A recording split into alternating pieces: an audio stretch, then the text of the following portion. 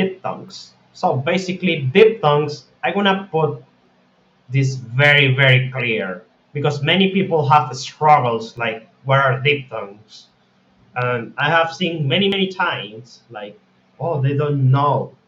But I will say diphthongs that start with one sound and end with another sound, as simple as it sounds.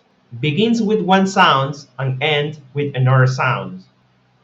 For example, we have in the word buy, ooh, as in cloud.